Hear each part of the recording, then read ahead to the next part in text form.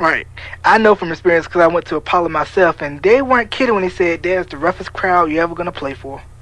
Oh, this is no joke. I mean, it's just, I mean, we saw some groups go on before us that got swept off the stage, and, you know, the one thing at that time with the five of us, we all had one common goal, and it was only to you know, to tear it down. You know, that was our common goal every show we performed, and it made it a lot easier when you had five guys united like that. Right. Now, when Please Don't Go Girl came out, it slowly gained steam, and then by the time the Apollo appearance came on, or like when you guys opened up for Tiffany, that's when it shot into the top 10, correct?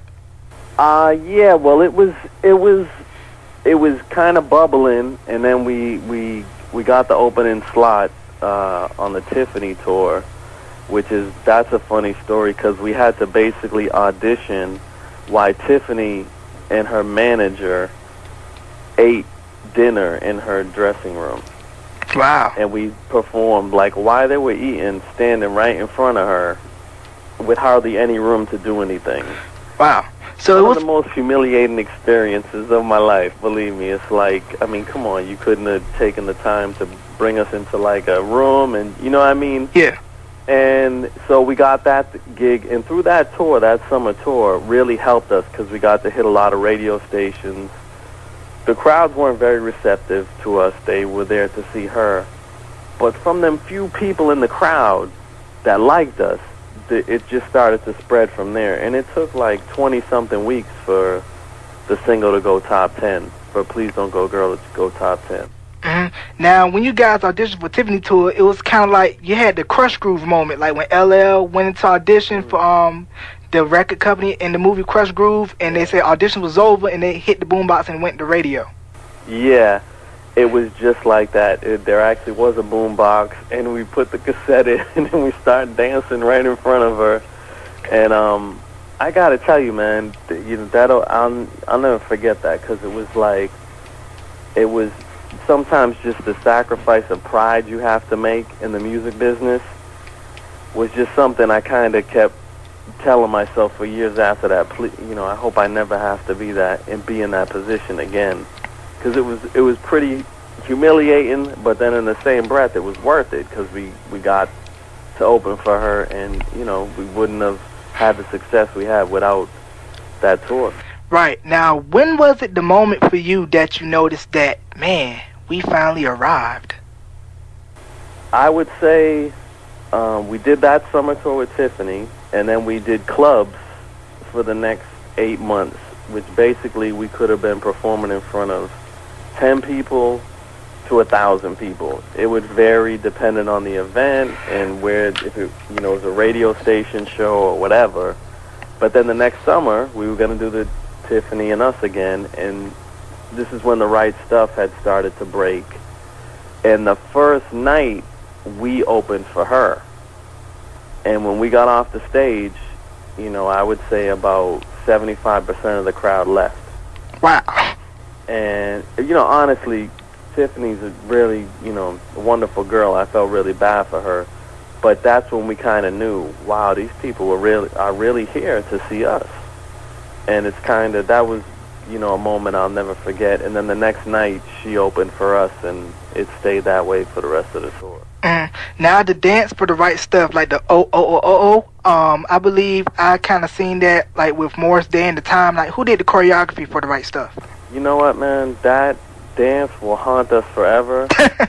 And us being, kids that grew up in the street, when the I don't even remember the choreographer's name. Tyrone Proctor? Yeah, there you go. That Tyrone Proctor came to us and, had that whole move. And what do you think our first thing we said? We were like, yo, that's Morris Day and the Time, Jungle Love, man. And he's like, no, I'm telling you, this other audience hasn't seen that dance. And, we never imagined that would be like, I mean, if I'll be at a club now, and girls will be in the middle of the club and say, aren't you blah, blah, blah, and start doing that dance in front of my face. Wow.